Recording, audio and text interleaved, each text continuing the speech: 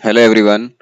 देखिए, ये हमारा लेक्चर नंबर 25 है। आज हम बात करेंगे लॉगरिथमिक टेस्ट के बारे में। कल हमने डीएलम्बर्ट रेशियो टेस्ट, रेबिस टेस्ट, इन सबको डिस्कस किया था एंड कोची रूट टेस्ट को। और ये सारे टेस्ट वेरी वेरी इंपॉर्टेंट है एग्जाम के पॉइंट ऑफ व्यू से भी। ठीक है, हम डायरेक्ट अगर हमें टेस्ट पता है तो उसके रिजल्ट से हम सीरीज की कन्वर्जेंस और डाइवर्जेंस बता सकते हैं। ओके, तो ये पूरा सिलेबस जैसे मैं आपको बता चुका हूँ, CSIR, net, JRF, IIT jam और गेट के लिए है।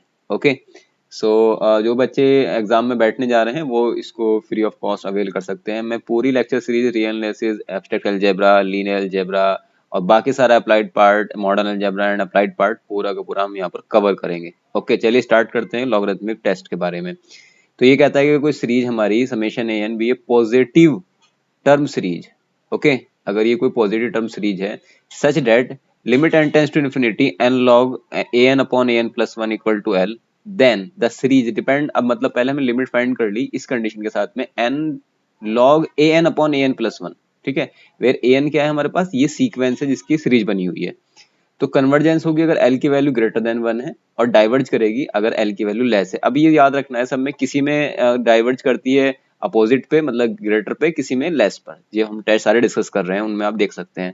तो यहाँ पर क्या है, लॉगरिथमिक टेस्ट में अगर l की वैल्यू ग्रेटर देन 1 है तो डाइवर्ज करेगी, और less than 1, sorry, greater than 1 है तो कन्वर्ज करेगी, और ग्रेटर देन 1, लेस देन 1 है तो डाइवर्ज करेगी। अब इस पे एक क्वेश्चन देखते हैं इसको समझने के लिए। ये मैंने क्वेश्चन लिया है एक समेशन ए एन, ये एक सीरीज है हमारे पास, ऐसे गिवन है कुछ x greater then 0, living first term. अगर हम पहले टर्म को 1 को छोड़ दें यहाँ से, तो हमारी पास जो सीरीज बन रही है कुछ ऐसे बननी है, x की पावर 1, x की पावर 2, x की पावर 3 अप टू x की पावर n। और यहाँ पर इधर देखा जाए तो 1 की पावर 1, 1 की पावर 2, 1 की पावर 3, तो 1 की पावर n की पावर n तक जाएगा ऐसे चलता हुआ, और नीचे फैक्टोरियल n। ओके, अगर हम ये फर्स्ट वाला टर्म हटा सकते हैं, इनफाइनाइट सीरीज है तो उसमें दो चार टर्म अगर आप ऐड कर देंगे, हटा देंगे, तो सीरीज के ऊपर कोई इफेक्ट नहीं पड़ता। ये रिजल्ट भी मैं आपको लिखवा चुका हूँ पहले। तो ए एन हमें ये मिल गया बेसिकली। जब ए एन मिल गया तो ए एन प्लस वन फाइंड कर सकते हैं, जहां जहां एन है वहां एन प्लस वन पुट करके।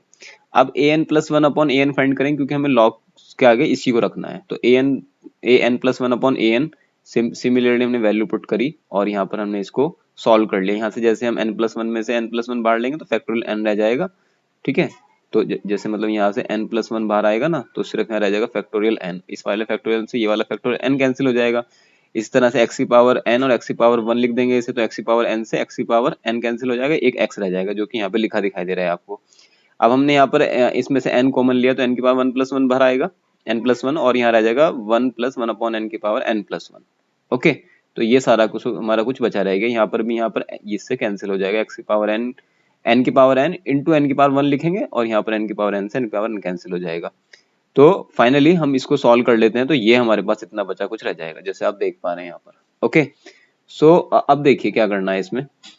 यहाँ पर x के ऊपर डिपेंडेंसी आ रही। अच्छा, ये 1 प्लस वन अपॉन एन की पावर n पे अगर हम लिमिट लगाते हैं, limit n tend to infinity, इसकी वैल्यू होती है e। ठीक है, ये हमेशा याद रखना कि लिमिट जब भी n tends to infinity, 1 plus one upon n की पावर n, मतलब यहाँ और यहाँ सेम है दोनों ये, तो ये इसकी लिमिट e ही आती है। ठीक है, हमने ये सॉल्व करके दिखाया भाई लिमिट आती कैसे है पहले। तो ये आ गया, इसकी लिमिट e इंटू एक्स लिखा हो तो x एज इट इज लिख दिया। Hence the series summation A n is converge if this things, क्योंकि ये l आ गया, l ये आ गया ना सारा मिला के, e into x less than one है, कन्वर्ज करेगी। और अगर डाइवर्ज, तो इसका मतलब ये लिख दिया यहाँ पर x less than one upon E, and diverge करेगी अगर E X greater than one. Okay, तो मतलब x greater than one by E पर, और टेस्ट फेल हो जाएगा जब x की वैल्यू वन अपॉन ई होगी। ओके, अब हम बात करते हैं ए N upon A N plus one, क्योंकि sorry,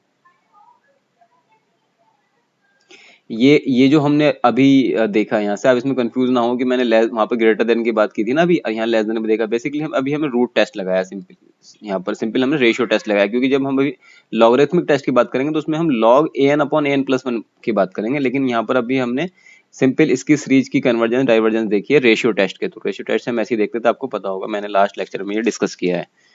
so A N upon A N plus one equal to आ गया N upon N plus one की होल पावर एन इंटू ई।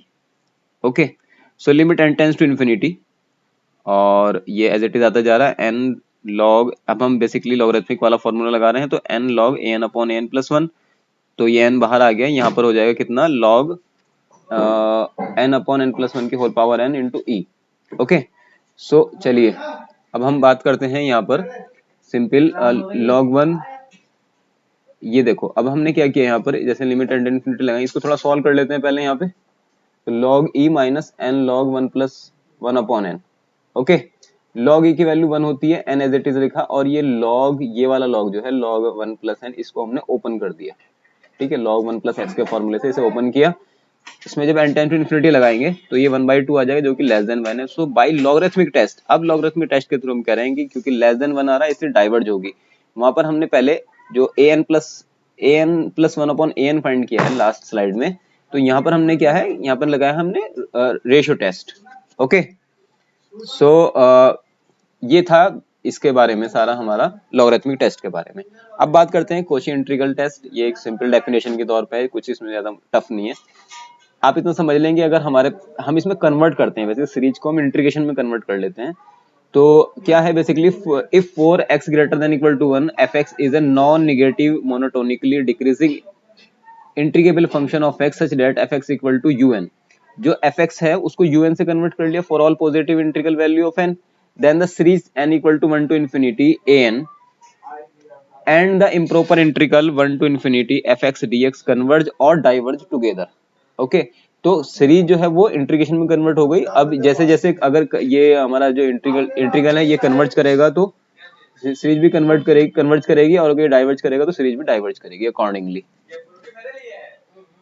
ठीक है, तो ये था सिंपल हमारे पास ये एक कोची इंटीग्रल टेस्ट, जब हम इसको यूज करते हैं। ओके, इसके ऊपर क्वेश्चन देखेंगे अभी।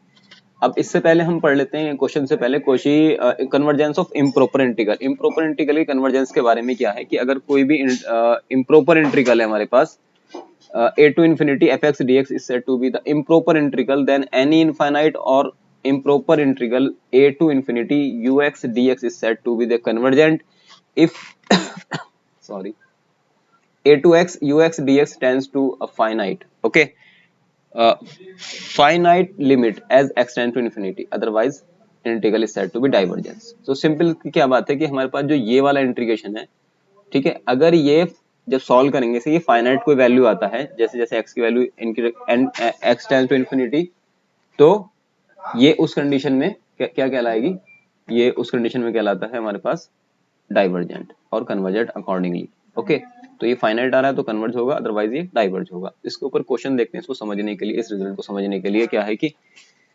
जैसे ये एक सीरीज है हमारे पास, तो un बराबर यहाँ पर ये हो गया 1 upon n into n plus 1। Okay, तो हमने इसको ऐसे लिख लिया, पार्शियल फ्रैक्शन के थ्रू लिख सकते हैं, या डायरेक्ट अगर आपको थोड़ा सा प्रैक्टिस हो जाती है तो आप सीधे तौर पे भी इसको ऐसे लिख सकते हैं, 1 upon n minus 1 upon n, n plus 1।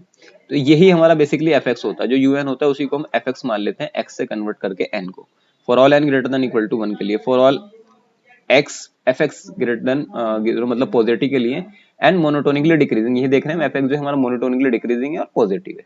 ठीक है, monotonically decreasing for all X. So जब ये तीन कंडीशन फुलफिल हो रही हैं तो बाय कोची इंटीग्रल टेस्ट के यही हमारे पास कंडीशन होती थी कि वो मोनोटोनिकली डिक्रीजिंग हो, monotonically integrable function such that, ठीक है, पॉजिटिव ये है कि फंक्शन जो नॉन नेगेटिव फंक्शन हो और मोनोटोनिकली डिक्रीजिंग हो। ठीक है, तो मोनोटोनिकली डिक्रीजिंग इंटीग्रेबल फंक्शन हो।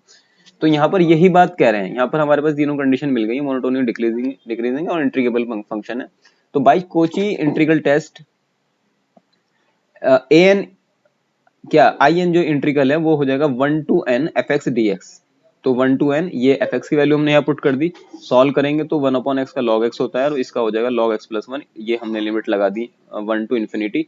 तो इसको हम लिख सकते हैं log x upon x plus 1 1 to n, upper limit minus lower limit put करेंगे तो ये आ जाएगा हमारे पास। ओके, सिंपल आ गया।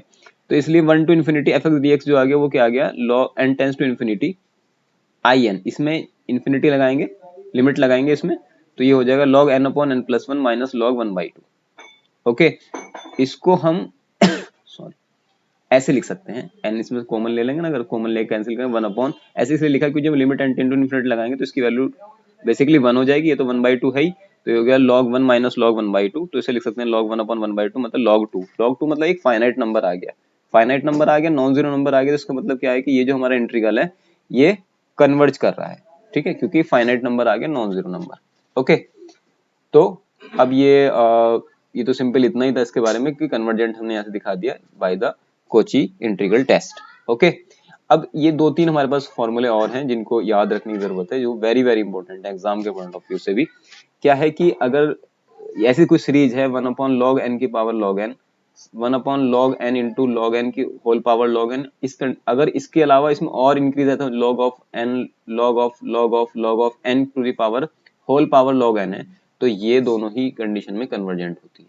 ओके, लेकिन अगर सीरीज कुछ ऐसे 1/n log n, n log n, log of log n इन, और भी हो सकता है आगे ऐसे 1/n log n, log of n, log of n, ये सारी ही सिचुएशन में डाइवर्जेंट होती है सीरीज। ये वेरी वेरी इंपॉर्टेंट रिजल्ट है, डायरेक्ट इस पे क्वेश्चन आता है और इसको आप देख के टिक कर सकते हैं। तीसरा रिजल्ट ये है कि अगर 1/n log n की पावर p है, ठीक है, या फिर n log n की होल पावर p, इस तरह से जा रहा है चलता हुआ, तो ये कन्वर्जेंट होगी अगर p की वैल्यू ग्रेटर देन 1 है, एंड डाइवर्जेंट होगी अगर p की वैल्यू लेस देन और इक्वल टू 1 है। अगर p की वैल्यू यहाँ 1 आ रही है ना, इन दोनों ही सिचुएशन में ये डाइवर्जेंट हो जाएगी। जैसे आप देख पा रहे हैं ये दोनों एक ही बात है, अगर p की वैल्यू यहाँ 1 पुट कर देते हैं तो यही बन जाएगा ऊपर वाला जो सेकंड है ये, ठीक है। तो 1 और लेस देन 1 पे डाइवर्ज करेगी और ग्रेटर देन 1 पे ये कन्वर्ज करेगी। ओके, सो आई होप ये आपको क्लियर हो गया होगा। फिर भी कोई डाउट है तो प्लीज कमेंट सेक्शन जरूर बताएं। Okay, okay, thank you so much.